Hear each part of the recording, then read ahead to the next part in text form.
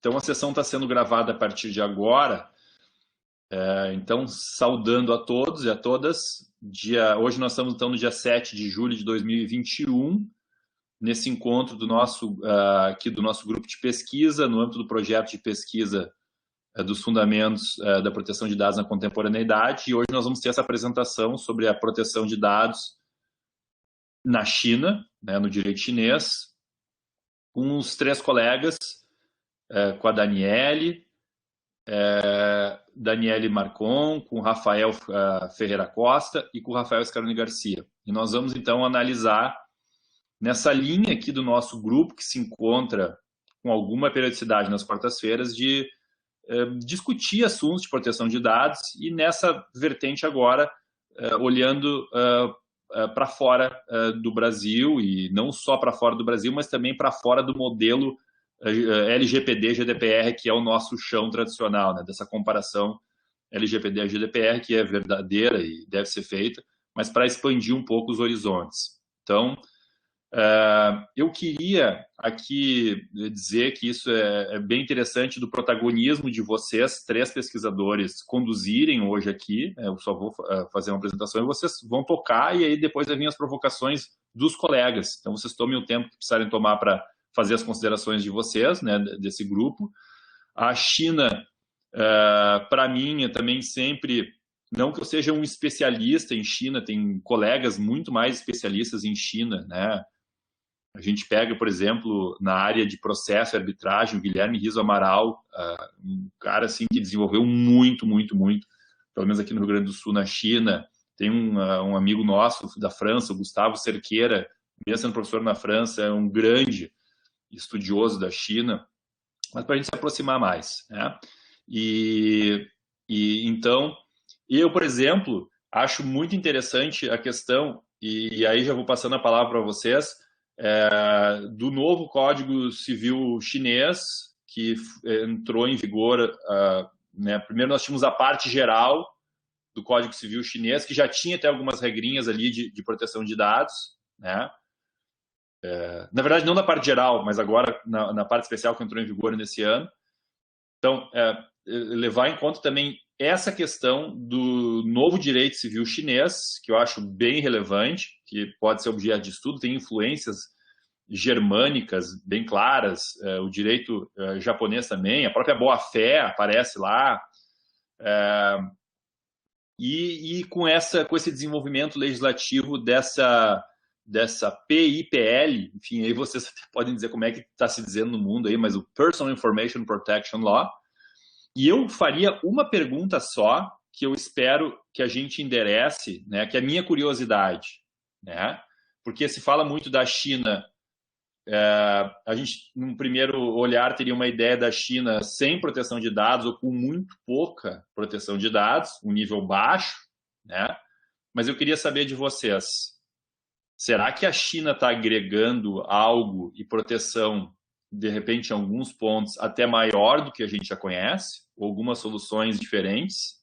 Essa é a minha provocação, a minha pergunta, e eu quero passar a palavra para vocês, agradecendo todo o empenho, agradecendo a presença dos que estão aqui, dos integrantes do nosso grupo e aqueles que são de fora, para a gente estudar junto hoje esse tema. A palavra de vocês, eu vou me mutar aqui.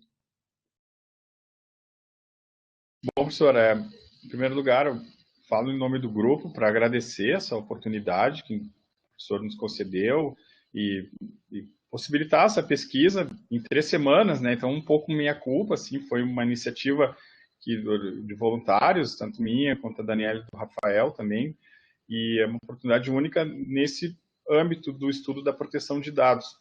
E eu agradeço enormemente, fiz um esforço grande.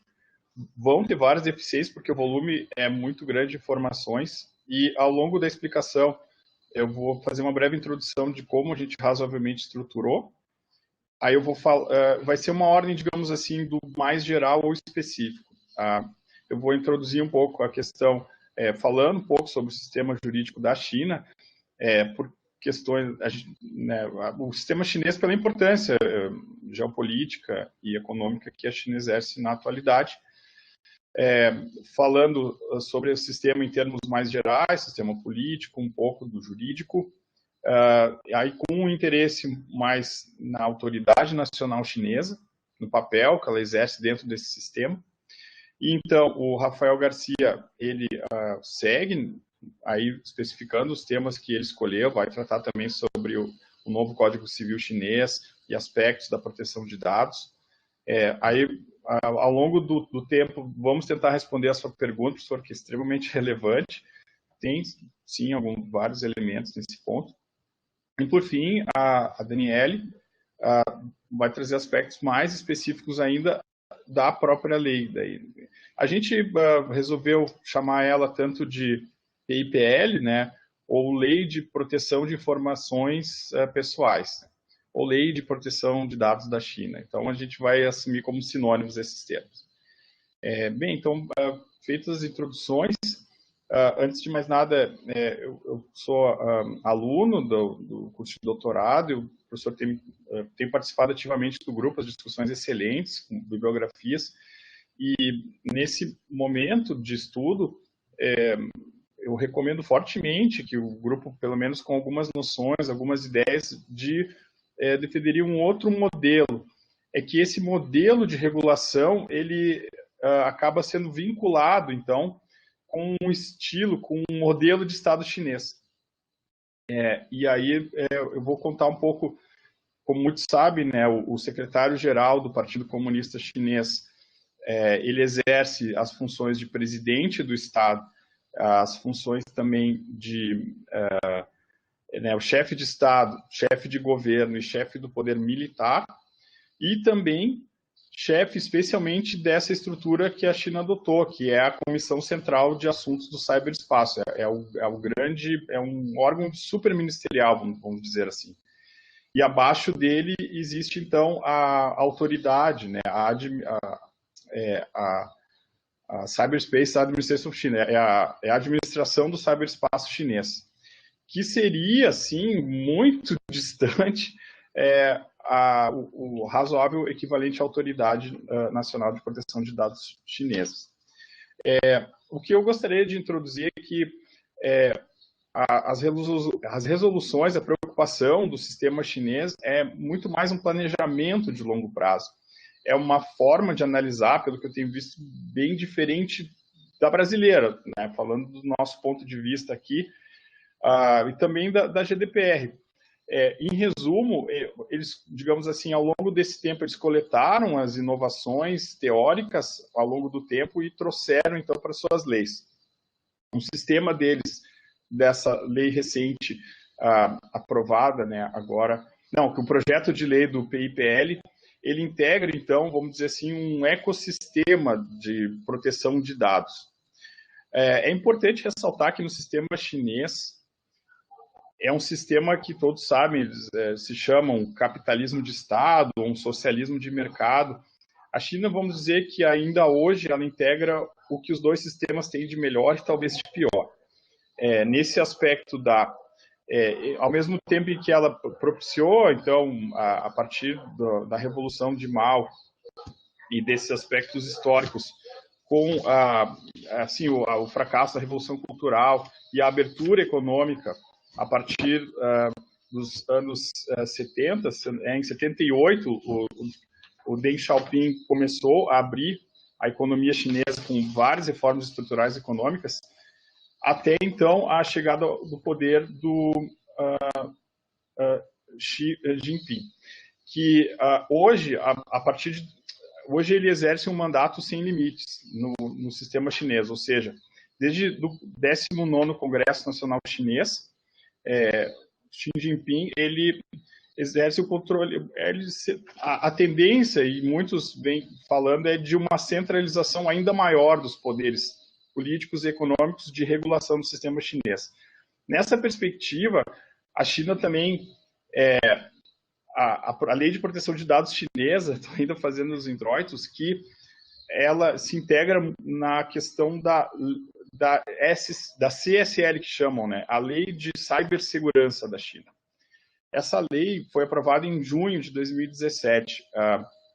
Ela passou a vigir em junho de 2017 e foi aprovada em novembro de 2016. E essa lei eu gostaria de ressaltar porque aí aborda toda uma outra perspectiva do Estado chinês com relação à proteção de dados, que ao longo do tempo os colegas Rafael e Daniel vão desenvolver também. Eu gostaria de ressaltar esse ponto que o Estado chinês, enquanto ele como um planejamento de médio e longo prazo, e aí eu vou primeiro explicar, depois eu faço um gancho com o Brasil, é uma questão de pensar 5, 10, 20, 50 anos na frente. Por exemplo, a estratégia chinesa, né, o plano de 10 anos de se tornar uma potência em inteligência artificial até 2030 é um exemplo desse planejamento deles. No sistema chinês, esse planejamento já vinha começando, por exemplo, desde as estatais chinesas, que tem as 3 maiores estatais chinesas estão listadas na bolsa, desde 1997 e 2000, e esse sistema, então, de telecomunicações montado em 2000, com essas regulações, e também são regulações muito setoriais, e dentro delas são muito específicas. Então, todo esse tempo, praticamente 15 anos de desenvolvimento desse projeto de lei da cibersegurança, e posteriormente o projeto objeto da nossa análise também, da Lei de Proteção de Dados chinesa, a cibersegurança, eu gostaria de ressaltar porque ela reforça, então, e é toda a outra perspectiva, e é aí que é a riqueza, no meu ponto de vista, nesse momento, que a evolução, a contribuição chinesa para esse estudo traz, que é, acima de tudo, a lei de cibersegurança, logo já nos primeiros artigos, ela deixa bem claro que a internet, toda a troca de dados, ela chama também de infraestrutura de informação crítica. Seria Critical Information Infrastructure. São todos os serviços bancários, toda a forma de transação eletrônica, o que seria, assim, uma aproximação nossa dos nossos serviços essenciais, né, que foi dado ali pelas leis do ano passado, referente à Covid, né, 13979, com o decreto regulatório 10.282, de 2020. Essa lei da cibersegurança, então, apenas como introdução, ela deixa muito claro que toda a regulação e todo o trânsito de dados, tudo referente a dados, informática, a evolução tecnológica, com também as novas, uma espécie de nova diretriz de pensamento do Xi Jinping, que é resumido como o pensamento de Xi Jinping. Tudo isso, então, é para deixar bem claro que toda a transação, inclusive aspectos de se adaptar às transferências internacionais, elas devem, então, respeitar a regulação e a necessidade, então, e os interesses da China. E aí entram todos os detalhes que a autoridade chinesa, no caso a ACC, né, que eu vou chamar, né, a Administração de Cibersegurança Chinesa, vai tratar de regular. Como é um tema amplo e o sistema, estou mais ou menos dando como se estrutura razoavelmente isso, é um pouco diferente do nosso ponto de vista. Primeiro, o sistema jurídico é o partido, que é conforme os interesses do partido com planejamento de médio, longo e longuíssimo prazo. E a lei de cibersegurança, então, estabelece de forma bem clara o respeito à soberania chinesa e as questões de infraestrutura de informação crítica. Eu posso listar algumas para vocês aqui, enquanto eu vou falando, eu acho que eu encontro. Ela é feita não só para garantir a segurança nacional, a soberania, os interesses públicos, proteção dos direitos dos cidadãos e promover, então, a saúde e o desenvolvimento da economia e da sociedade. Notem que é uma perspectiva, então, muito diferente. Ela parte, então, de uma soberania, uma centralização de toda a tecnologia, toda a troca de dados feita sob o Estado. E aí entra esse papel central que a autoridade, então, chinesa exerce lá, nesse país. De forma um pouco semelhante, um paralelo com a nossa NPD, eu acho que muitos já estão um pouco familiarizados com a estrutura da nossa NPD, mas apenas para repassar, ela exerce pelo menos 5 funções, né? Ela fiscaliza e sanciona, ela também é responsável por normatizar e regular, ela também tem uma função de planejamento dos próximos passos quanto às mudanças e adaptações da Lei Geral de Proteção de Dados, uma função de educação e uma função de transparência. Já a autoridade chinesa, ela faz muito mais do que isso. Embora também tenha esse papel todo regulatório de sancionamento, ela também planeja e faz esse controle da rede a partir não da estrutura montada da Lei de Cibersegurança e uma série de outras leis que vêm surgindo ao entorno dessa proteção de dados, mas também regula daí os aspectos de detalhe quanto à violação de proteção de dados, os limites, cada um dos setores. E também outra coisa, embora ela seja, digamos assim, a autoridade principal e mais importante do sistema, a própria Lei de Proteção de Dados chinesa reconhece e delega que outras autoridades de setores, por exemplo, financeiro, bancário, certas autoridades industriais ou alguns certos setores específicos das regulações próprias também vão respeitar e ter o mesmo nível de poder de regular a troca e proteção de dados do sistema chinês. O paralelo daí com essa questão de planejamento com relação ao Brasil, eu faria pelo artigo 174 da nossa Constituição Federal, que estabeleceu, então, a função, né, de planejar também, que o país possui, e de normatizar também o sistema e de planejar, não só em termos setoriais, mas também em nível federal, né, nacional, estadual e municipal. É algo que nós não temos. Já tivemos na nossa história com o Plano Nacional de Desenvolvimento, com a ditadura, e também tivemos exemplos nos Estados Unidos com o New Deal e o Plano Marshall na Europa, né, na reconstrução da Segunda Guerra. Mas voltando, então, ao sistema chinês, já daí, tendo essa base da Lei de Cibersegurança, então promulgada a Lei de Proteção de Informações Pessoais. Eu diria que ela, então, especifica ainda mais essa soberania sobre os dados que a China faz questão de exercer. E aí, a proteção de informações pessoais que é regulada e controlada pela ACC, né, a Administração do Ciberespaço Chinês, aparece muito mais ali, novamente, um reforço no artigo 41, que ela reforça a soberania de dados sobre todas as transações, a autorização que ela tem o poder de conceder sobre certas atividades e controles. Há o problema chinês já alegado em termos mundiais, que essa própria autoridade, ela limita e controla até o fluxo de dados, ou seja, certas buscas contra o governo, certas buscas específicas não ficam, elas são automaticamente vedadas. E os níveis, então, de autorização que ela tem até para controlar as próprias buscas no Google ou certas buscas no Facebook, eles têm o equivalente ao Facebook lá, WeChat, se não me engano, também são controlados e limitados pela ACC. E isso faz toda a diferença para esse sistema, ou seja, todas as trocas de dados, todas as trocas econômicas necessariamente estão sob a autoridade chinesa. Não existe uma ampla liberdade, é uma ampla liberdade dentro das limitações estatais.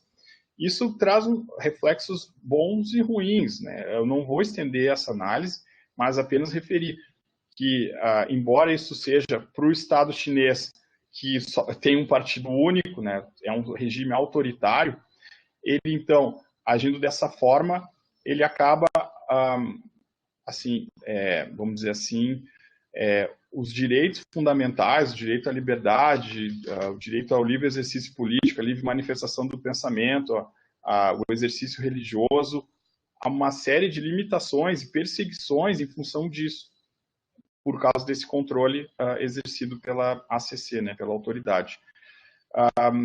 Bem, eu ressaltaria, então, esses elementos principais. Os limites, então, que as empresas podem realizar na troca de dados foi a Lei de Proteção de Informações Pessoais trouxe no artigo 52. Também é muito importante porque ela regula, então, esses limites. E isso vai ser agora explanado ao longo da fala dos colegas, que não ficam muito claros alguns limites quanto à responsabilidade, quem é responsável pelo quê. Fica muito claro que esse sistema ele é centralizado, há outras autoridades também com concessão de regular por setores, é uma preocupação muito grande pela inovação, e essa lei ela especifica questões de soberania com um âmbito de proteção com muito maior detalhe acerca das informações pessoais, né? Porque nesse sistema as informações pessoais elas não têm total a proteção delas ela, digamos assim, se equivale em grande parte com o nosso sistema ocidental, porém tem uma interferência estatal muito grande, e essa é a grande diferença, para o bem e para o mal. Situações que não interessam a autoridade chinesa, ela é capaz de regular e, de certa forma, censurar esse fluxo de informações.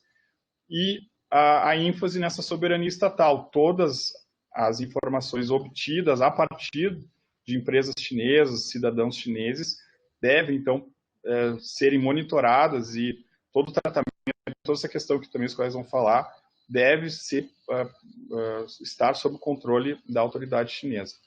Bem, é só, então, essa introdução desse tema. É um tema vastíssimo. Enfim, eu convido os colegas também a se debruçarem ao estudo. Porque, por fim, então, dá para entender, em geral, 3 grandes modelos da proteção de dados no mundo. O modelo chinês, que eu acabei de falar de forma em grandes linhas, ainda introdutórias. O modelo europeu, que seria o padrão internacional. E o modelo dos Estados Unidos, que é um modelo, então, que há uma ampla liberdade de autorregulação dos setores privados. Já o poder público pouco interfere. O modelo chinês seria o oposto, digamos assim, nessa questão de interferência estatal sobre o fluxo de dados. E a GDPR também com um padrão standard protegendo os direitos fundamentais. Bem, eu agradeço, então, e passo a palavra para o Rafael Scaroni. Obrigado. Obrigado, Rafael. Bom dia, pessoal. Então, eu vou falar de 3 coisas, essencialmente. Das definições dos institutos, dos princípios e das bases legais. Como o Rafael falou da questão do Código Civil, o professor mencionou também, o Código Civil chinês ele trouxe um capítulo específico que chama Direitos à Privacidade e Proteção da Informação Pessoal, que é o capítulo 6º do livro 4º da parte especial. Ele não está na parte geral, ele está na parte especial. Ele trouxe esse capítulo específico que ele regula de uma maneira geral essa questão da privacidade da produção de dados, que a PIPL depois regula de uma maneira mais específica. Então, não tem como falar dessas 3 questões de definições, princípios e bases legais sem tratar do Código Civil e da Lei de Proteção de Dados chinesa num conjunto. Interessante notar que o Código... Eu posso fazer uma introdução? Eu queria só que vocês esclarecessem as vigências desses instrumentos todos. Tá? Sim, o que está vigendo, desde quando? Só para deixar claro para todos. Assim, o Código Civil chinês entrou em vigor agora, em 1º de janeiro de 2021. Então, a parte geral foi entregue, ela foi concluída em 2017, a parte especial em 2020, e o Código Civil entrou em vigor agora, em 1º de janeiro. A lei de proteção de dados chinesa, ela tá no 2º esboço. Ela já teve um esboço que foi publicado em setembro ou outubro do ano passado, agora não me lembro exatamente. Teve o 2º esboço publicado agora, eu acho que foi em abril, e vai ter um novo esboço ainda publicado, que vai ser o 3º esboço, ainda nesse 2º semestre. E pelo que nós vimos da doutrina, enfim, das pessoas que estão tratando desse tema, a expectativa é que a lei entre em vigor nesse ano ou no início do ano que vem. Então, no final desse ano, no início do ano que vem, essa lei de proteção de dados da China deve entrar em vigor já. O Código Civil já está em vigor e a lei de proteção de dados, então, também entraria em vigor no ano que vem. O Código Civil, o que é interessante que nós sempre discutimos, ele traz a privacidade como um direito da personalidade. E foi a primeira vez que no ordenamento chinês foi adotada foram adotados os direitos da personalidade como instituto dentro do ordenamento. Ele adotou a definição trazida pelo direito romano-germânico, que é a que a gente conhece, mas a doutrina menciona que é preciso esperar um tempo para ver como esses direitos vão ser tratados na China, justamente pelo que o Rafael falou, porque a sociedade chinesa ela tem essa visão do sujeito enquanto integrante da sociedade, não o sujeito como a partir dele mesmo. Então, os direitos da personalidade seriam justamente o contrário da visão de sujeito que a própria sociedade chinesa tem.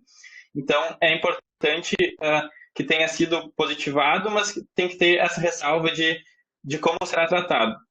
O Código Civil Chinês, então, ele trouxe esse capítulo que vai do artigo 1032 até o artigo 1039, que ele fala do conceito de privacidade, dos atos que são considerados violação à privacidade, e nos artigos 1034 a 1039 ele trata do sistema de proteção de dados chinês numa visão mais ampla, como se fossem algumas regras gerais que devem ser observadas e que foram tratadas melhor na PIPL. Interessante notar também que a Lei Geral de Proteção de Dados, a Lei de Proteção de Dados chinesa, ela não traz um rol de definições e um rol de princípios como a gente vê na LGPD. Ela traz algumas definições, como a definição de informação pessoal, por exemplo. É tratado no artigo 4º, que é basicamente a definição que nós temos na LGPD também, que é toda informação relacionada à pessoa natural, identificada ou identificável. Traz aquela definição mais ampla, porque traz o identificável também. Mas, ao mesmo tempo, o artigo 1034 do Código Civil traz uma definição de informações pessoais que vai nessa mesma linha, que define aquela informação, que seja toda informação que, sozinha ou combinada com outras informações, possa identificar uma pessoa natural. Então, ela não tem aquele rol que nós percebemos na LGPD, que traz um rol no inciso primeiro traz o dado pessoal, no inciso segundo traz o dado sensível e assim por diante. Ela traz em alguns artigos algumas definições. E isso é interessante porque existe um problema que nós tratamos, eu, o Rafael e a Daniele, nós discutimos enquanto a gente estava estudando, que ele não define claramente o que é o operador e o controlador. Essas figuras, elas se confundem muito dentro da lei, e a definição que a gente poderia trazer, que a gente conseguiu tirar da lei, é que o controlador é a pessoa que manipula as informações e processa as informações pessoais, e o operador é em quem se confia o tratamento de dados, que é o que nós entendemos na LGPD, mas essa definição não é trazida na lei. Ele fala muito em processador de dados, e isso não fica claro quando que é o operador e quando que é o processador. Isso é importante de ressaltar, que fica claro também no próprio Código Civil, que quando ele trata da responsabilização da responsabilidade civil na questão do tratamento de dados, ele não faz essa diferenciação entre processador e operador. Então, de regra, a responsabilização seria a mesma. A Dani até depois vai falar um pouquinho mais sobre essa questão de responsabilidade civil. A outra questão também que me chamou a atenção é que a definição de tratamento de dados é uma definição ampla, que ele traz algumas situações que são consideradas tratamento, como a coleta, o processamento, e no final ele usa o termo dentre outros. Então, é um rol aberto e que foi propositalmente deixado aberto. A outra questão também é a dos dados sensíveis, que é qualquer informação que, se vazada ou usada ilegalmente, pode causar dano ao indivíduo, à sua segurança ou à segurança de suas propriedades. Então, essa é a questão, assim que a lei trata os dados sensíveis. E pegando um gancho do que o Rafael falou antes também, as empresas que operam infraestruturas com informações críticas, elas devem necessariamente armazenar esses dados em território chinês, a não ser que a autoridade nacional permita que esses dados sejam armazenados em outro lugar. E ainda nessa questão das definições, é interessante que o artigo 57 traz a obrigação do estabelecimento de um órgão independente de supervisão aos serviços que possuam grande número de usuários ou que sejam serviços complexos. que é basicamente o que o Facebook agora fez com um comitê independente e que a legislação chinesa traz essa obrigação. Então, passando para a questão dos princípios, eles também são tratados no Código Civil, no artigo 1035, que traz expressamente os princípios da legalidade, da necessidade, da legitimidade e da responsabilização, com aquela ressalva que eu já fiz, que na questão da responsabilização não faz a diferença entre processador e operador. A Lei Geral de Proteção de Dados chinesa, ela traz os princípios no artigo 5º ao artigo 9º. E assim como na LGPD, o que me chamou a atenção é que ela destaca o princípio da boa-fé já no primeiro artigo, no artigo 5º. E ela fala, pelo menos na tradução que nós tivemos acesso, ela fala expressamente em boa-fé no caput. Então, é uma questão que a gente já discutiu também, se a boa-fé seria um princípio mais importante que os outros, por estar no caput da LGPD, e que me chamou a atenção. E, além disso, ela proíbe o tratamento de dados advindos de vícios da vontade. Ela traz expressamente os vícios que nós conhecemos do nosso Código Civil, ela traz na legislação de dados. A finalidade, segundo a legislação chinesa, ela tem que ser clara e razoável, além de ter de obedecer o princípio da necessidade. Então, ela faz... É interessante notar que, por eles não terem esse rol de princípios, eles trataram alguns princípios em conjunto. Eles trazem no mesmo artigo mais de um princípio, e eles são quase que interligados. O que me chamou a atenção também é que, havendo mudança da finalidade, a Lei de Proteção de Dados chinesa, ela define que o consentimento deve ser obtido novamente. Diferente da LGPD, que a LGPD prevê, ainda no artigo 6º, inciso 1º, onde ela define a finalidade, ela prevê a impossibilidade do tratamento posterior de forma incompatível com a finalidade que foi consentida ou que a base legal trouxe. Ela também traz o princípio da transparência, definindo que devem ser tornadas públicas as regras de tratamento, suas finalidades, seus métodos e seu escopo, o escopo do tratamento. E tem uma questão interessante que a lei traz alguns deveres direcionados ao Estado. Como o Rafael tinha falado, essa questão da autoridade da ACC ela ter poderes bem maiores que a NPD, me chamaram a atenção 4 questões.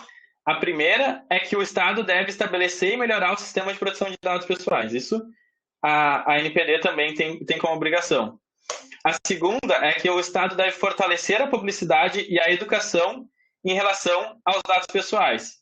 Então, isso é aquela questão que a gente já tratou aqui no grupo também, da importância de uma cultura de proteção de dados. Então, o Estado ele tem como dever, segundo a lei, fortalecer essa educação junto à população chinesa.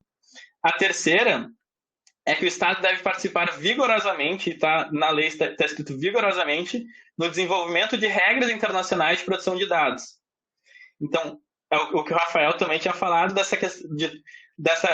importância que a China tem hoje no contexto econômico global, que eles entenderam que o dado é um ativo importante dessa economia, então, por isso, o Estado deve participar vigorosamente no desenvolvimento dessas regras. E o quarto, que talvez seja o que mais me chamou a atenção, foi que o Estado deve promover o mútuo reconhecimento de regras e estándares de dados pessoais. Então, o reconhecimento, a China traz como um reconhecimento mútuo entre o ordenamento chinês e o ordenamento que está buscando essa adequação. E passando para o terceiro ponto, então, para as bases legais, elas são tratadas nos artigos 13 e 16 da lei, e essa questão, sim, é tratada como um rol, assim como a gente tem na LGPD, diferentemente dos princípios e das definições. Eu não vou passar pelo rol inteiro, porque não daria tempo de nós falarmos sobre todos eles.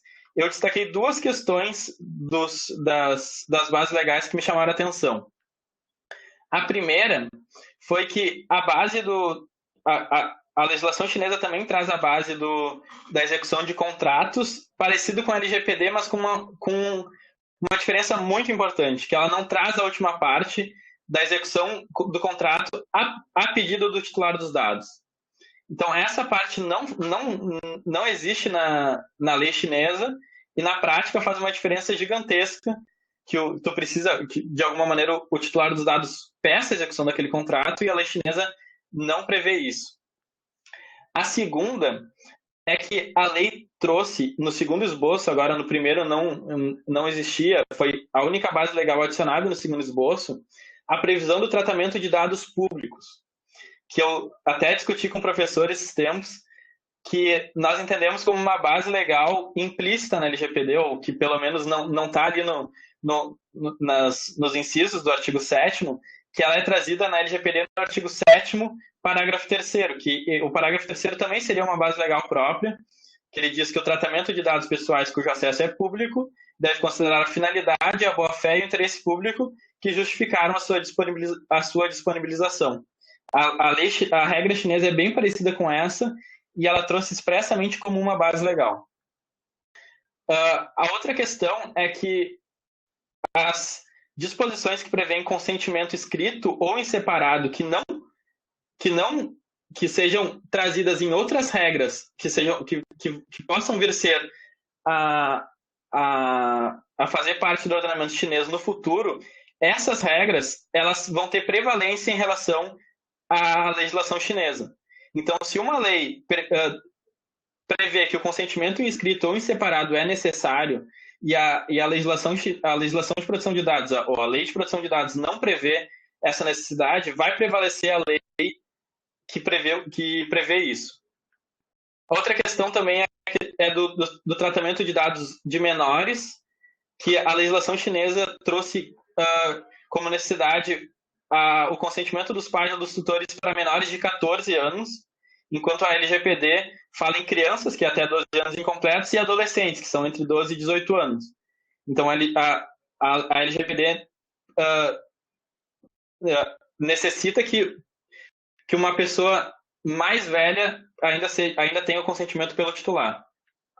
E, por fim, a lei chinesa prevê expressamente que a revogação do consentimento não afeta o tratamento de dados que foi realizado até o momento daquela revogação. Eu acho isso muito importante, que pode evitar várias disputas que possam vir a acontecer por revogação de consentimento. Então, o que eu tentei trazer, muita informação que eu tentei pincelar, foi basicamente isso, de uma das bases legais dos princípios e das definições. E agora eu passo para a Dani falar da questão dela, da transferência internacional de dados e da responsabilidade civil.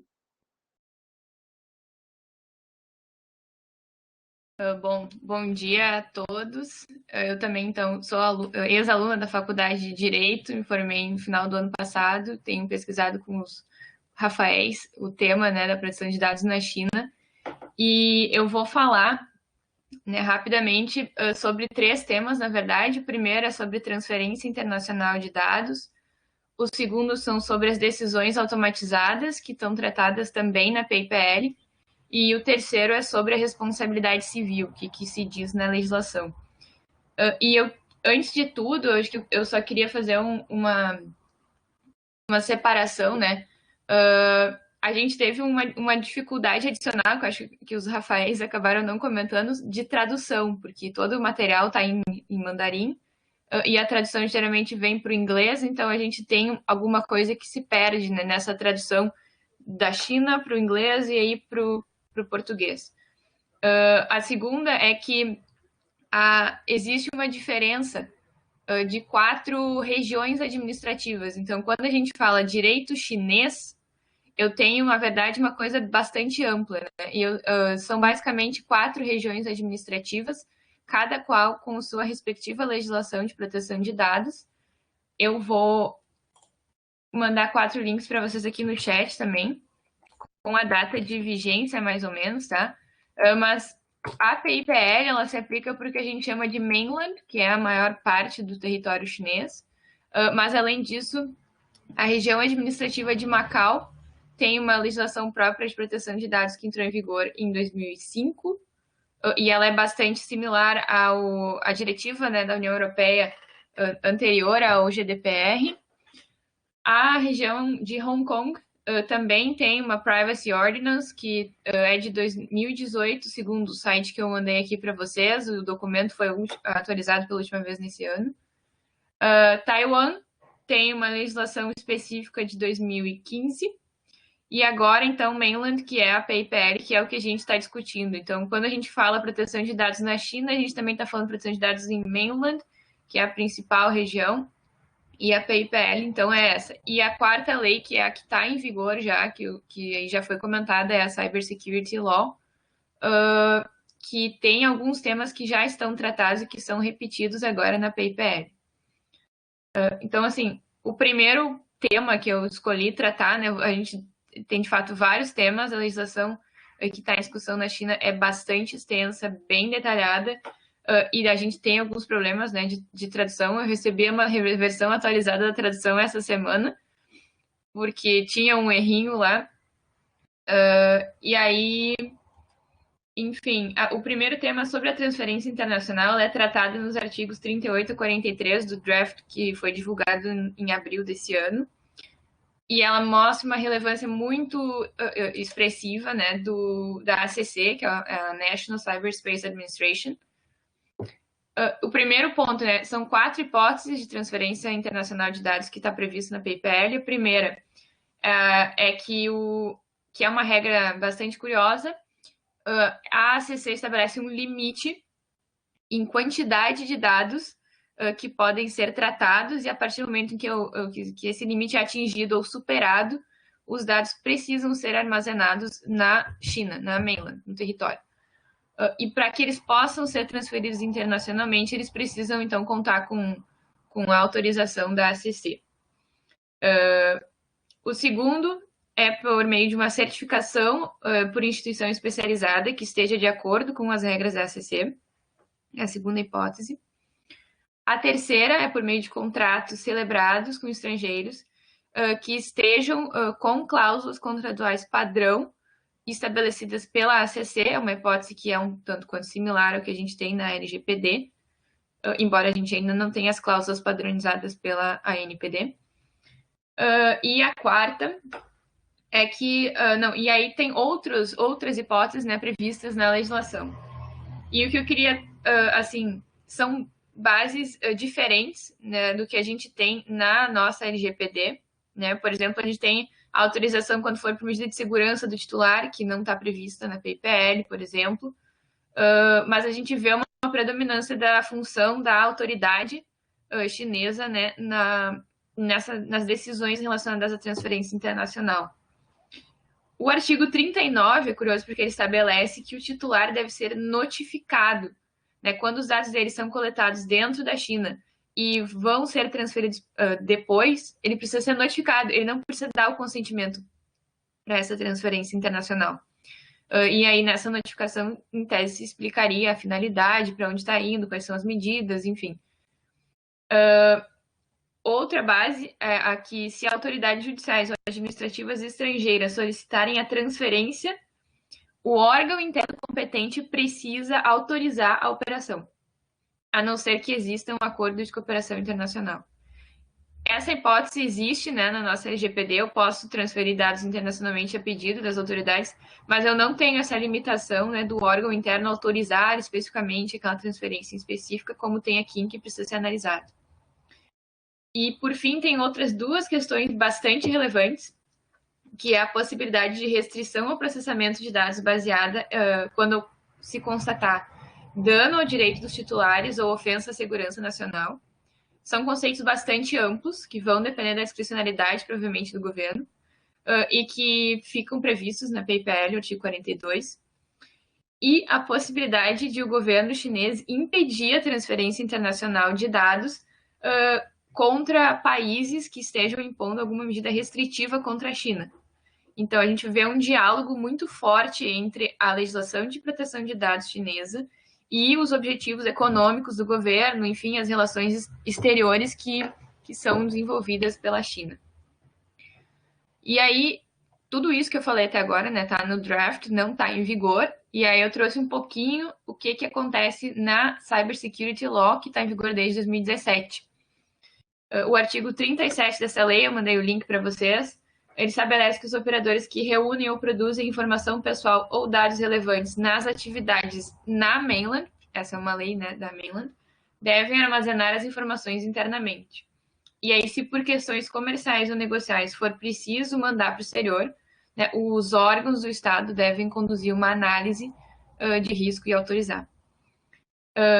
O artigo 38 estabelece a necessidade de inspeção nas redes de informação crítica uma vez ao ano, que é uma questão bastante interessante de preocupação com a segurança da informação.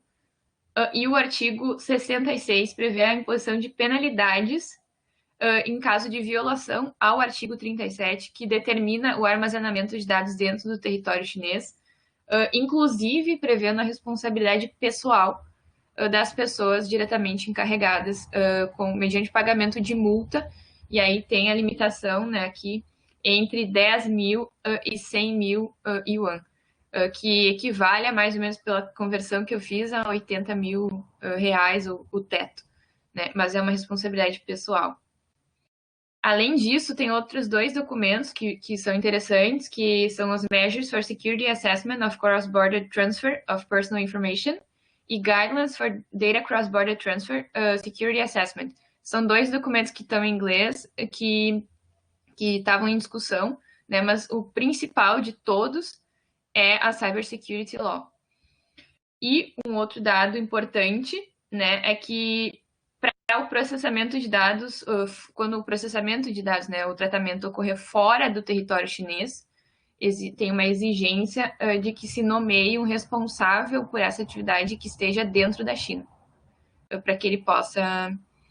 Assim, esse é um aspecto prático de extrema relevância, porque a gente tem muitos litígios, por exemplo, aqui, em que a gente tem tratamento ou envio de dados para o estrangeiro, por empresas que não têm sede no Brasil e nem representantes no Brasil, e aí isso é um entrave, né, para eventual responsabilização por tratamento irregular. Precisa de carta rogatória, achar a empresa, né? Então isso também é um aspecto bastante relevante.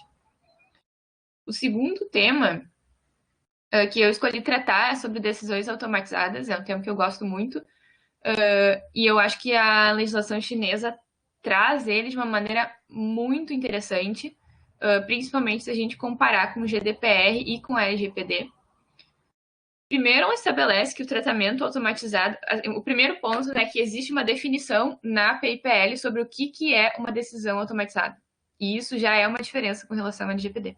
A gente não tem uma definição expressa na lei sobre o que eu entendo por essa decisão automatizada. Né? O segundo é que tem uma determinação de que essa decisão automatizada, né, que é feita por programas de computador, software, etc., ela seja transparente, né, justa e razoável. São conceitos bastante abertos, né, mas acho que o principal aqui é a questão da transparência, que a gente vai ver o reflexo.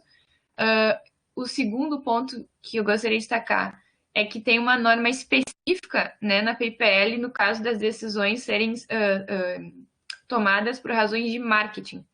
Nesses casos, deve-se oferecer opções que não considerem as características pessoais do indivíduo que está sendo submetido àquela decisão, ou meios de recusar ser submetido, que é o opt-out, que a gente não tem na LGPD. Por fim, uma decisão que afete significativamente o indivíduo deve garantir não só o direito de obter a explicação da decisão, esse direito não existe na LGPD, e aqui é um ponto importante porque está expresso na lei o termo explicação, né, pelo menos na tradução que eu consegui, no GDPR, esse termo só está nos considerandos, ele não é vinculante, não está no texto principal, então não tem nem no GDPR nem na LGPD, mas está na legislação chinesa, e o direito de se recusar a ser submetido a essa decisão, que também a gente não tem, né? No Brasil a gente só tem o direito de revisão, e nem mesmo por pessoa natural ela é obrigatória, né? Pode ser uma revisão por outro software. O artigo 27 autoriza expressamente a coleta de imagens e dados de identificação pessoal por equipamentos instalados em espaços públicos para finalidade de segurança nacional, segurança pública. Ou seja, é uma coleta meio que compulsória de dados, muitas vezes sensíveis. E aí eu recomendo Coded Bias, para quem ainda não assistiu, acho que tem um debate bastante interessante sobre esse uso de câmeras, né? E um outro ponto que eu queria destacar é que o artigo 55 estabelece a necessidade de realização de uma análise de risco para o uso de informações pessoais em decisões automatizadas e no envio dessas informações para o exterior. E esse relatório precisa ser armazenado por 3 anos. Ou seja, eu tenho um prazo específico na PayPal que não existe na LGPD. Aqui a gente tem uma grande dificuldade de dizer por quanto tempo eu preciso conservar determinadas informações para cumprir obrigações legais e etc. Geralmente sugere-se prazos prescricionais, mas aqui tem um prazo específico, que me parece traz mais segurança, né, para pelo menos os operadores, controladores, né, perante a lei. E o artigo 61, é o último nesse tema, fala que a ACC deve coordenar esforços para promover trabalhos e pesquisas relacionadas ao desenvolvimento de regras e estándares para a proteção de dados sensíveis e novas tecnologias, como o reconhecimento facial e a inteligência artificial. Ou seja, ela já dá um passo à frente do que a gente está já trazendo expressamente uma preocupação com relação à inteligência artificial. E aqui no Brasil a gente tem um projeto que é o 21 de 2020, que está em discussão no Congresso Nacional sobre o tratamento da inteligência artificial e dignidade da pessoa humana, mas ele está bem atrasado, né? Então aqui a gente já tem uma preocupação mais direcionada à inteligência artificial. E o terceiro tema, né, já acabando o meu tempo, é sobre responsabilidade civil. E aí aqui tem uma questão, né, dos incidentes de segurança, que eu achei interessante. Eles, diferentemente da nossa lei, eles falam que é preciso notificar quando há harm, né, na tradução, ou dano. Não se fala em risco relevante. Então, é uma distinção importante. E a notificação, ela deve ser recomendada pela ACC, né? Então, vai depender de uma comunicação sempre com... E aí, esse é um ponto que a gente discutiu internamente, né, eu e os Rafaéis, porque quem é essa autoridade não fica muito claro nesse capítulo do incidente de segurança, né? Ele fala... a primeira vez que eu li o draft, eu fiquei com a sensação de que era um departamento jurídico, um departamento interno da companhia, e depois eles montam um capítulo sobre essa entidade que vem a ser a ACC, mas não fica claro, né, na redação do PayPal quem é essa autoridade, o que ela faz, quais são os limites de atuação. Um outro ponto, né, aí que ela prevê uma responsabilidade pessoal na linha da Cybersecurity Law, com imposição de multas. E são 2 estándares para aplicação de multas, né? O primeiro, quando tem uma falha na tomada de medidas de segurança, eu tenho um limite de multa administrativa de 1 milhão de yuan, mais ou menos 800 mil reais, para a entidade responsável pelo tratamento, e uma multa de 10 mil a 100 mil yuan para a pessoa diretamente responsável. E se eu tiver um tratamento ilícito ou uma violação com consequências graves, aí o limite é 50 milhões de yuan, que pela conversão que eu fiz dá 40 milhões de reais, e 100 mil a 1 milhão de yuan para a pessoa, né? Ou seja, pode ser até 800 mil reais. Ninguém vai querer ser encarregado, né? Eu acho, na China, porque, enfim, a responsabilidade é bastante expressiva. E a responsabilidade prevista na PayPal é subjetiva com culpa presumida, né? Esse foi o erro, né, do último draft, que eu falei com os Rafaéis, eu contei com a ajuda de um colega de Macau, que me encaminhou o draft traduzido para o inglês, e aí no draft que tinha sido publicado em 21 de abril, a tradução aparecia como se o processador is not at fault, né? Não, provar que não tem culpa, ele será responsabilizado. Aí eu perguntei, né, é responsabilidade objetiva? Não, né, é subjetiva. E essa questão de multas e definição de parâmetros também está prevista na Cybersecurity Law. Então, para cada hipótese de violação à segurança, né, a cibersegurança, naquela lei já existem, né, um valor mínimo e um valor máximo previamente estabelecidos, tanto para as entidades como para as pessoas físicas diretamente responsáveis. Então, basicamente, esse é o panorama geral, né, da responsabilidade que está previsto na PayPal. E o último ponto é que tem uma disposição, né, que foi falada na live do Data Privacy também, sobre a questão da proteção de dados pós-mortem, né? A possibilidade de, se alguém morrer, os seus parentes exercerem direitos relacionados ao seu direito à proteção de dados, que é o artigo 49, que é um dispositivo bastante diferenciado com relação à nossa legislação. Então, mais ou menos assim, eu acho que eu separei esses temas também, a gente foi discutindo o que a gente achou que seria mais relevante, né, de trazer para a discussão. E aí, se alguém quiser fazer algum comentário, enfim, fica aberto aqui para dúvidas, sugestões. E muito obrigada também por pelo espaço, né? Muito bom, gente. Muito legal mesmo. Eu tenho várias considerações, muitas mesmo, aqui sobre cada um dos pontos. Mas tem uma pergunta da Eleonora ali. Uma pergunta para o Rafael Garcia. Conforme a Lei de Proteção de Dados chinesa, pode haver tratamento de dados posterior de forma incompatível com a finalidade específica, mas com nova autorização? Essa previsão está expressa? Sim.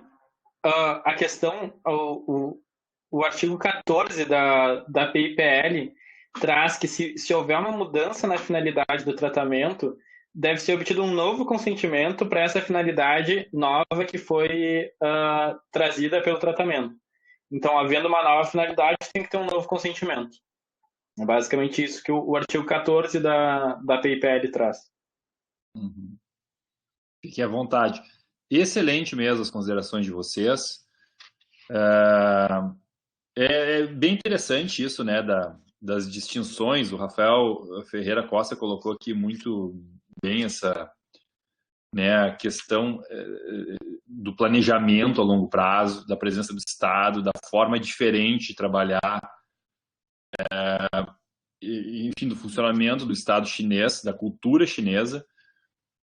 E também a distinção bem observada pela Daniele das diferentes 4 regiões. Isso é um ponto bem relevante também. Eu tenho vários pontos aqui que vocês falaram, tá? Eu queria chamar a atenção de alguns aqui. Na parte do Rafael Garcia, por exemplo, a não definição de operador e controlador.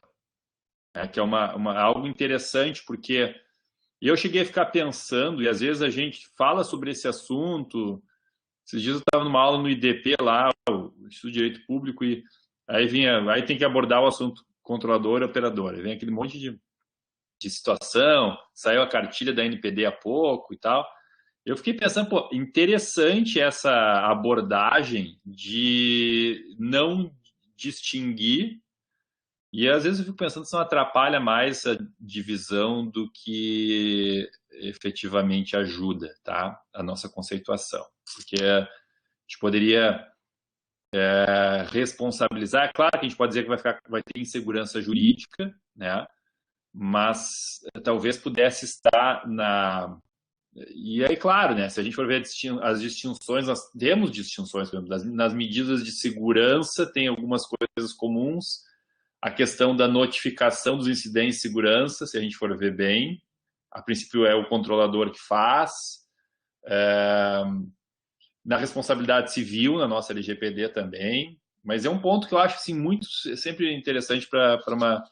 Eu só queria fazer mais na fala do Garcia aqui. Eu tenho das duas falas também, pontos bem relevantes para comentar, mas... do Garcia, a questão da... E, colegas, vocês por favor, podem até tomar a palavra, tá? A Priscila agora tem uma pergunta, que é a questão dos comitês, eu achei bem interessante, né? Dos comitês que veio do exemplo do Facebook, na verdade, salvo engano, Rafael Garcia, foi a FTC nos Estados Unidos que exigiu do Facebook, né? Pelo menos a compreensão que eu tinha tido desses comitês, e os comitês que, na verdade, são integrados também por entidades ou pessoas de fora da organização, especialmente e no caso da China, né, das grandes plataformas que tem que ter esses comitês. Vocês não chamaram de comitê, mas eu analisei algumas publicações aqui que falam em comitês essa figura, né? Que não é uma criação. E depois eu queria ouvir vocês nessa percepção geral. Queria provocar sobre a pergunta que eu fiz. Cada um de vocês três pode ter uma opinião diferente. Porque tem todas as características. Talvez vocês não me respondam linearmente, mas a pergunta é essa, né? Eu até tinha feito aqui. Há um lugar comum de considerar a China como um espaço sem ou com pouca proteção à privacidade e à proteção de dados. Vocês confirmam? Como é que vocês veriam isso globalmente na comparação com a gente? Nós temos perguntas para endereçar aqui dos colegas também, né? Que eu acho que talvez vão dar preferência até para os colegas do que a minha. A Priscila aqui, ó. Pessoal, muito bom. Existe alguma peculiaridade sobre o tratamento de dados sensíveis e eventuais diferenças entre o tratamento destes dados por empresas privadas e pelo Estado? Vocês notaram alguma coisa assim? Também vocês não são obrigados a saber tudo. Não sei se vocês notaram alguma coisa. Bem, eu posso começar, depois acho que a gente pode seguir a ordem, daí já fala. Bem, professora, a própria PIPL tem dispositivos específicos, se eu não me engano, é do 35. Ele fala especificamente sobre a responsabilidade que o próprio Estado tem e uma certa liberdade sobre a lei de tratar os dados e processar da forma que ele entender conforme a lei. E há uma responsabilização, daí que a Daniele também mencionou, sobre o agente que realiza eventual falta de tratamento ou uma falta de tratamento ou seguir as finalidades e as bases legais específicas para processar e tratar os dados. A grande diferença, eu já havia ressaltado, reforçando, é essa preocupação chinesa. Não é tão, vamos dizer assim, tão clara essa preocupação com direitos fundamentais. A proteção à informação pessoal, com esse pensamento coletivista do oriental em geral, desse pensamento chinês, ele se subordina aos interesses do Estado. E a ACC, né, a Administração da Cibersegurança Chinesa, cada uma dessas minúcias, a gente trouxe apenas alguns exemplos, mas há uma série de regulações e autoridades, co-autoridades, vamos dizer assim, que recebem as competências também para fiscalizar e punir, eventualmente, eventuais infrações à proteção de dados chinesa, no caso, né? Eu diria isso, que também essa preocupação com a reciprocidade, né? O próprio país, destino, origem dos dados, deve reconhecer a lei chinesa como válida para a chinesa, então, reconhecer nessas transferências internacionais, por exemplo, a validade da lei nacional. Mas ela parte da centralidade chinesa com essa soberania estatal, né? Eu diria que não é só esse ponto específico, é a estrutura do Estado chinês, ela é completamente diferente do que a gente razoavelmente entende. Assim, acho que caberia até mais um seminário para esclarecer alguns pontos. Exemplos estatais das telecom e esse poderio assim de tecnologia, vários projetos financiados pelo Estado, um dos países que mais investe em pesquisa também. Então, eu diria assim, como resposta provisória nesse sentido. Bom, depois tem a da Alice ali, fiquem à vontade para complementar, que eu acho que é um ponto também que ficou muito claro nas falas de vocês todos, da Daniele bastante, a questão dessa preocupação, né, dos dados em território estrangeiro, da transferência internacional, a questão muito interessante, Daniele, também, da responsabilidade pessoal.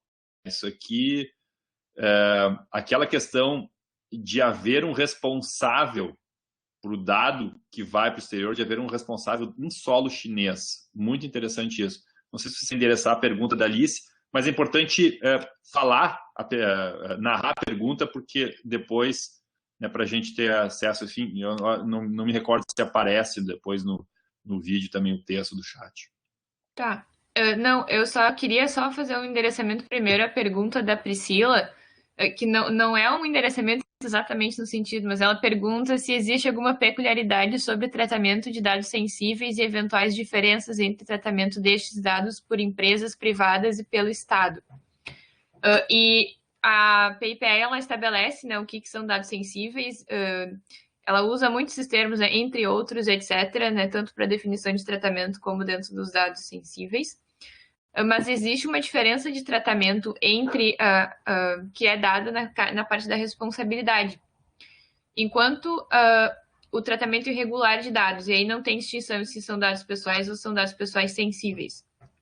Se esse tratamento for feito de modo irregular por empresas, né, ou pelo setor privado, eu tenho disposições para aplicação de multas, com teto de multas, tanto para a instituição quanto para a pessoa diretamente responsável. Porém, se o tratamento irregular for feito por algum órgão vinculado ao Estado, eu não tenho a previsão de multa, porque, enfim, o Estado estaria pagando para o Estado, não só para o órgão, né, mas também para a pessoa diretamente responsável, não tem multa. Nesse caso, se diz que haveriam a imposição de medidas administrativas e disciplinares. Então, eu tenho uma diferença de tratamento na questão da responsabilidade das pessoas que tratam dados para dentro da máquina estatal e as que estão no setor privado, que é bastante importante porque, como a gente viu, as multas podem ser de valores relevantes para as pessoas físicas, né? E sobre a pergunta da Alice, ela é sobre as transferências internacionais. Em um dos links que eu indiquei no chat do grupo, acredito, os autores da matéria indicavam a preocupação com o acesso das autoridades chinesas a dados armazenados fora do território chinês. Ao mesmo tempo, os Estados Unidos também fez um movimento nesse sentido no caso Microsoft versus United States, tentando acessar dados armazenados em outros países. Isso pode se mostrar como uma nova tendência em caso de uma legislação global, como a LGPD e o GDPR tratam essa tentativa de acesso a dados em seus territórios.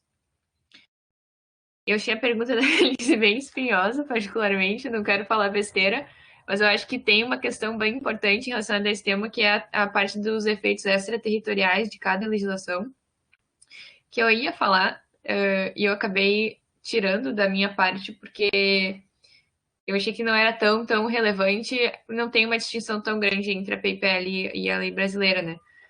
Mas, nos dois casos, a gente prevê a possibilidade, né, de transferência no caso, né, da operação de tratamento que é realizada em território nacional ou com dados das pessoas, né, no caso da China, né, com dados de chineses, ou para o oferecimento de bens ou serviços. E esse acesso aos dados que estão fora, ele fica um tanto quanto obscuro. Né? Para mim, não ficou claro na legislação como é que fica tratado, mas o fato é que, pelo menos na PIPL e no Cybersecurity Law, eu tenho muitas prerrogativas autorizando o acesso meio discricionário do Estado. Muitas vezes, por termos vagos, né, como eu tinha falado antes, de motivo de segurança nacional ou motivo de ordem pública, que são termos bastante amplos, né, inclusive para o direito internacional privado, cada legislação e cada Estado interno vai ter uma definição do que é a ordem pública, pode mudar, né, e esse assunto ele fica assim, porque como tem uma ingerência muito grande do Estado em todas as hipóteses de transferência internacional e uma preocupação muito grande de manter sempre os dados na China, né? Por exemplo, tem uma restrição aqui, é muito comum no Brasil, que a gente armazene dados na nuvem da Amazon ou no Azure da Microsoft, que ficam fora, né? E aí, na China, tem uma restrição muito expressa com relação a esse armazenamento fora do território. E essa questão me pareceu, né, um pouco obscura, se o pessoal quiser acrescentar alguma coisa.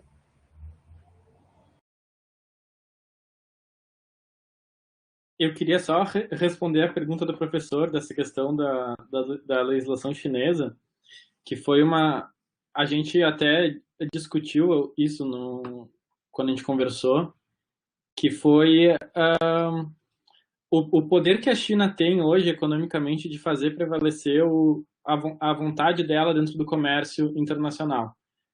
Em qual sentido? Assim? No sentido de que os países precisam fazer negócio com a China e, de alguma maneira, vão ter que aceitar a legislação chinesa de proteção de dados para manter o comércio girando ali.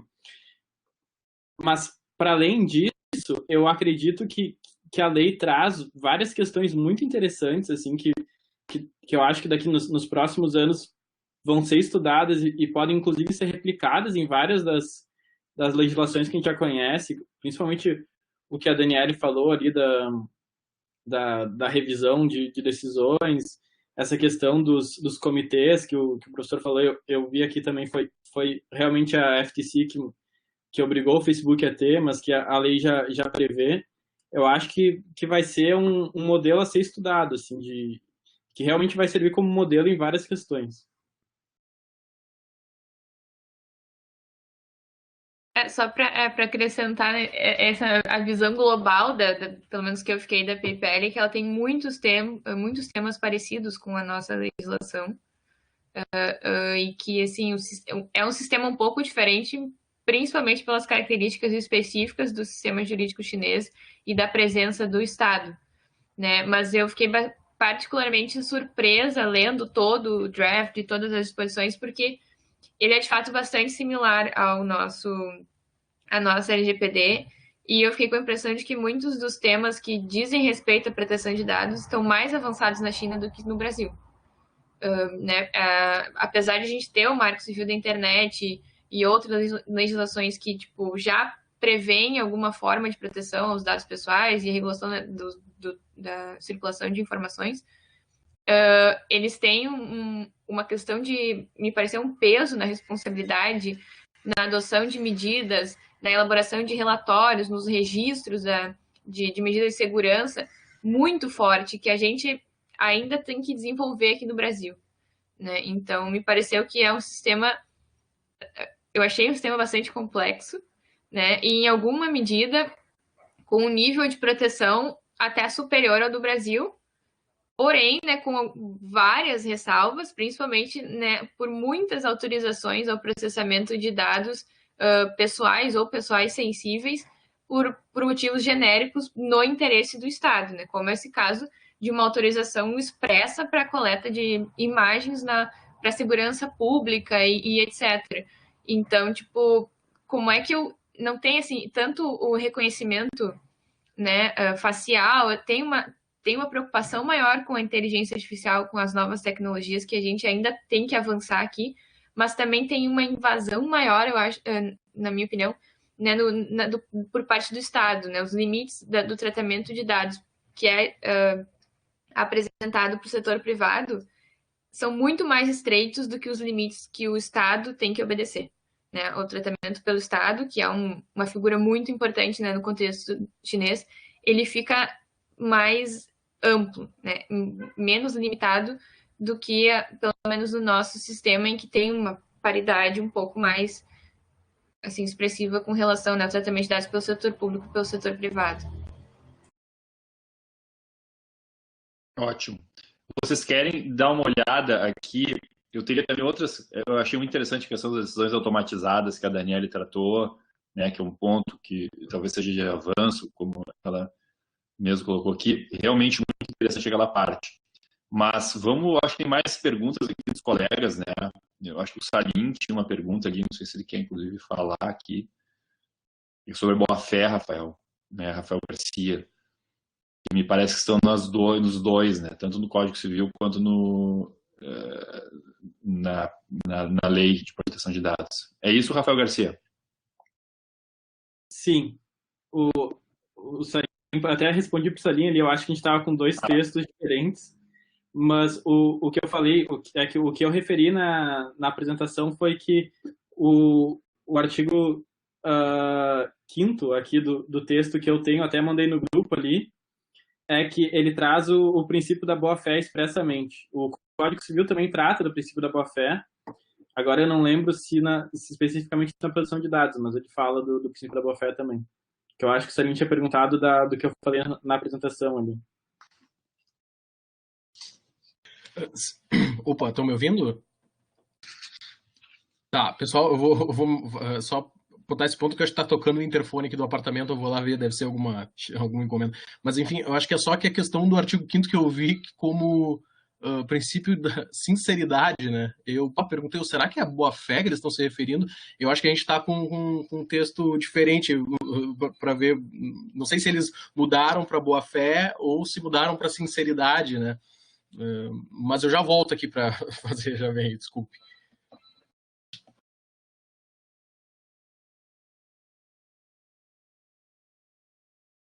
Fiquem à vontade aí. Nós temos, acho que, mais considerações, né? Se vocês quiserem, enfim... Tem uma pergunta aqui. Tem duas perguntas, né? Uma, eu acho que o Rafael vai responder melhor que eu, da Leonora, sobre a diferença entre figura do controlador e operador. E não existe uma figura do legítimo interesse do controlador na Lei de Proteção de Dados chinesa. Eu respondo rapidinho. Eu não sei se a gente pode dizer que não existe não existe uma diferença clara entre o que o controlador e o operador. Eu acredito, inclusive, a gente conversou também, nós três, antes de apresentar, que isso vai ser uma das coisas que o terceiro esboço vai tratar melhor. E não existe a figura do legítimo interesse nas bases legais. As bases legais estão trazidas no artigo 13 e elas são 7, rapidinho. O consentimento, a execução ou a execução de um contrato, quando o processamento é necessário para resolver questões de obrigações estatutárias, quando o processamento é necessário para responder emergências públicas de saúde ou proteger a vida de uma pessoa natural, a sua saúde e a sua propriedade, ou a sua propriedade sob questões emergenciais. A quinta é a informação pública que eu tratei. A sexta é quando uma informação pessoal é tratada dentro de um escopo razoável para conduzir questões jornalísticas, de opinião pública e outras atividades de interesse público. E a sétima é quando, por qualquer outra circunstância trazida por lei ou regulamento. Então, não tem ali a questão do legítimo interesse. Tá bom. E aproveitando o gancho, é interessante que é muito aberto ali, ó, se não me engano é o item 6, né, que é permitido por regulamento, né, por lei ou regulamento. Já a nossa LGPD, somente se há um cumprimento de obrigação legal regulatória pelo controlador, né. Parece similar, mas a versão chinesa é muito mais ampla, né. Qualquer órgão com legitimidade pode, então, trazer nova base. Sim. O Guilherme Costa perguntou sobre a questão dos dados pessoais das pessoas falecidas. A Daniela endereçou isso no final. Eu tinha entendido que a lei realmente trata disso e uma disposição aos herdeiros acerca dos dados pessoais, inclusive podendo eliminar, né, esses dados. Eu não sei se vocês querem complementar alguma coisa na pergunta do Guilherme Costa. Já que eu respondi ali logo em seguida, professor, tá respondido. Tem um artigo expresso, 49, que os próprios familiares ali detêm daí a possibilidade de assumir o controle e tomar as decisões acerca do ente falecido. His or close relatives. Ok. Isso é uma inovação, né? A legislação geralmente não trabalha com isso aí. Isso é uma novidade.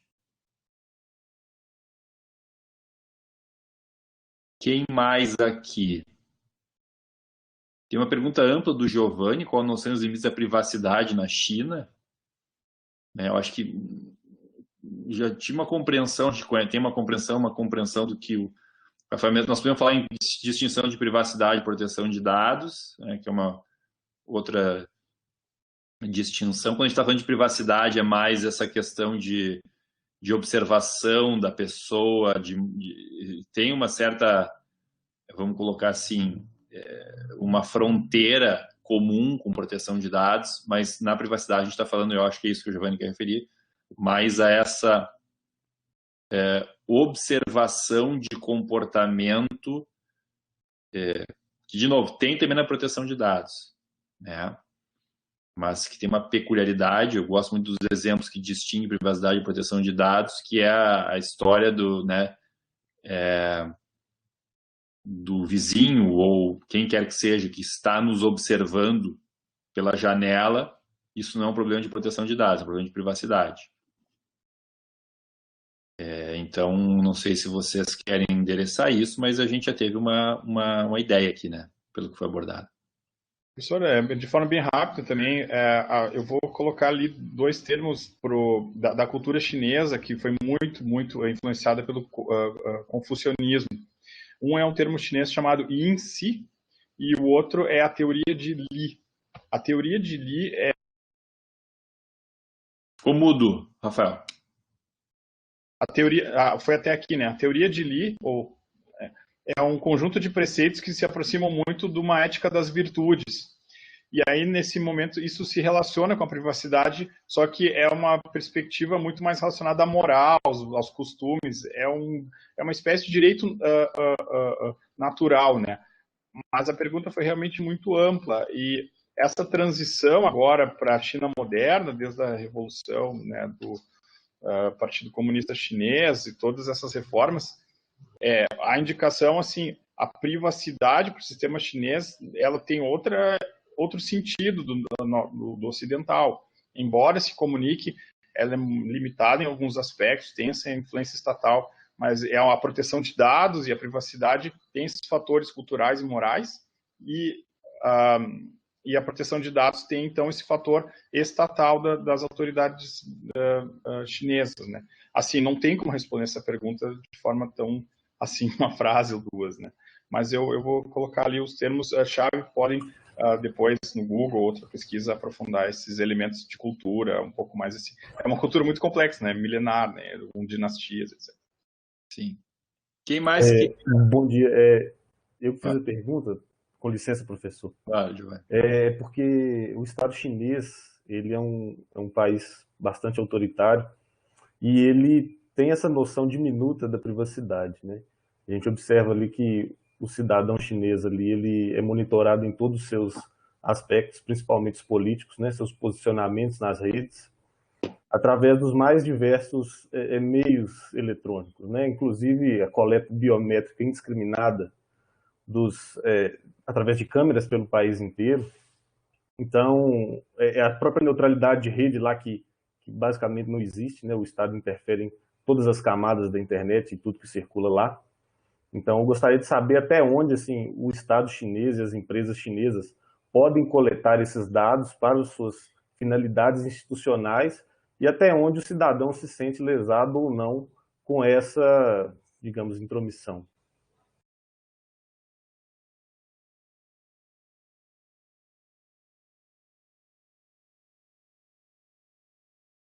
Querem abordar isso? Não sei, Rafael Costa. Professor, eu posso fazer um comentário sobre isso que o Giovanni falou? Claro, Eduardo, fica à vontade. Não, a primeira coisa é que, assim, foram divulgados em dois grupos que eu tô, né, de proteção de dados nesse evento. A primeira coisa que as pessoas falavam isso existe na China, porque a gente sabe, né, todo esse controle que tem lá na China, inclusive agora na pandemia, eu li várias reportagens que diziam que câmeras foram instaladas dentro das casas das pessoas para realmente monitorar as pessoas que estavam com o vírus, enfim. E isso realmente eu fico pensando se toda essa legislação que eles abordaram agora, se isso realmente vai ser aplicado na prática, né? E se isso não é só uma lei para inglês ver, porque é uma coisa, realmente, a China é um local muito autoritário e todo esse controle na população, né? Então, realmente é uma coisa que eu fico me questionando. Eu posso falar por cima, assim, é um tema que eu tenho mais interesse em me aprofundar, eu abordei um pouco na minha fala, essa concentração dos poderes do Xi Jinping, secretário-geral do partido, com as reformas que vêm ocorrendo e o aumento da tecnologia, uma centralização do poder político chinês do Estado, né, no caso é o Partido Comunista Chinês sobre os seus cidadãos, e um conjunto de que nós entendemos como direitos fundamentais, lá sofrem violação maciça. Direitos de imprensa, liberdade de expressão, direitos até de liberdade religiosa, política e até de reprodução, né? Há limites.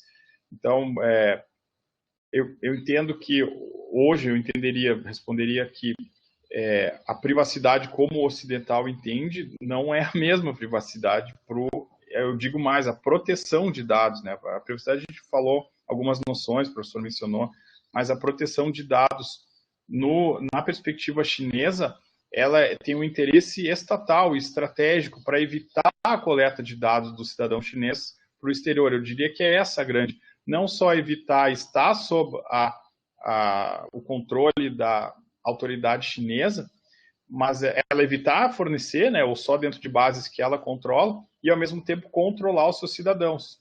E aí que então abre uma ampla discussão política, econômica. Então eu diria, nesse sentido, a ideia principal, assim, que eu posso acho que essa ideia aí, Rafael, é fundamental e esse é o ponto.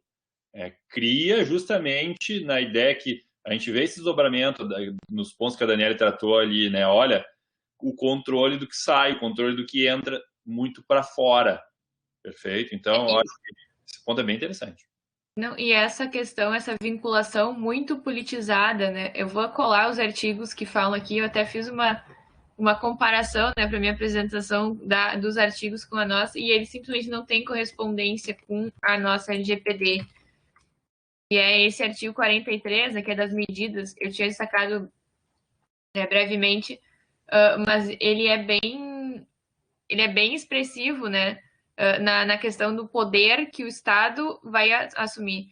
E eu só queria uma breve palavra nesse texto, foi o Rafael Garcia, que encontrou, compartilhou conosco e que eu encaminhei no grupo, em que ele fala, né, do conceito de privacidade na China, e ele faz um paralelo com o artigo do Warren e do Brandeis, que a gente já falou várias vezes. Aquele artigo, né, The Right to Privacy, é de 1890. Aqui, 1890, né? Depois foi publicado em 93. Mas ele fala, né, o conceito de privacidade nos Estados Unidos, ele vem há muito tempo, né, sendo lapidado e etc. E aqui na China, ele surge em 1988. Ou seja, é mais de um século de atraso para a gente começar a falar. E aí vem a própria dificuldade do Código Civil chinês, né? Quanto tempo a China levou? Eles estão tentando unificar o Código Civil há mais de 60 anos. Né? Se a gente considerar isso. E até o professor Fabiano falou do Guilherme Amaral, que eu trabalho com ele. Mas tem um outro advogado de escritório, que é o Luiz Alberto Salton Peretti, que escreveu um TCC com a professora Vera sobre a força vinculativa dos contratos no direito francês e no direito chinês, que está disponível no Lume. E aí, no TCC dele, ele mostra mais ou menos como é que essa construção, né, inclusive nas relações privadas, como é que isso funciona. Né? Ele faz um apanhado que eu achei bem interessante, né, que, claro, agora já está desatualizado em razão do novo Código Civil. Né? Mas ele fez uma pesquisa bem aprofundada na época de como se deu toda essa construção para entender as relações privadas no direito chinês, como é que funciona, né, a autonomia da vontade também, e esse reflexo, né, esse contexto no sistema é muito importante para a gente entender por que a proteção de dados está sendo tratada dessa maneira. Né? Como é que eu enxergo as relações privadas, os próprios conflitos entre privados, o exercício dos direitos pelas pessoas naturais, né, em face do Estado. Muito dessa pré-compreensão do sistema é importante para a gente entender os limites que a PayPal está estabelecendo para o tratamento? E por que o Estado tem tantas prerrogativas que não tem em outras legislações, né, como no GDPR ou na LGPD? Tá ótimo. Pessoal, eu acho que eventualmente tem alguma coisa que tenha ficado para trás, mas é bom, eu acho, a gente encerrar o meio-dia, que já passou um tempinho. E eu queria agradecer muito vocês, todos nós, que os colegas já cumprimentaram. Foi muito legal, muito interessante. Porque, assim, a gente poderia perguntar, vamos estudar isso, faz sentido, né? Não tem proteção de dados lá, tem esses problemas todos, mas o fato é que nós nos relacionamos com a China, o Brasil se relaciona com a China, né? É uma potência, né, econômica, deve se reconhecer isso, e a gente precisa conhecer. Eu acho... Professor, e assim, a gente está esperando a NPD também dizer quais são os países para quem o Brasil pode transferir dados. Isso. E a gente precisa da adequação de sistemas, né? Da adequação de sistemas, os requisitos da LGPD, os requisitos do regulamento europeu, que dizem respeito também a essa questão de observância de direitos humanos, de toda... ali que tem uma amplitude ali para uma negativa que na China, assim, não tem como, né? Então, muito interessante. Olha, valeu mesmo. Obrigado a vocês pelo estudo, pela pesquisa. E a gente fez uma síntese bem boa aqui agora no final também disso. Olha, tem avanço, tudo. A Eduarda colocou bem. Pode ficar só na letra da lei ali e coisa. Mas também tem essa preocupação muito forte deles, né, que talvez por isso eles tenham editado, ou estejam editando uma lei, né, sobre esse assunto. Então, ótimo. Parabéns mesmo. Legal. E aí a gente encerra, colegas. Obrigado mesmo e vamos ficando em contato no grupo. Depois a gente disponibiliza esse vídeo ali no grupo, né? Vamos passar para o YouTube e a gente disponibiliza lá. Tá? Vamos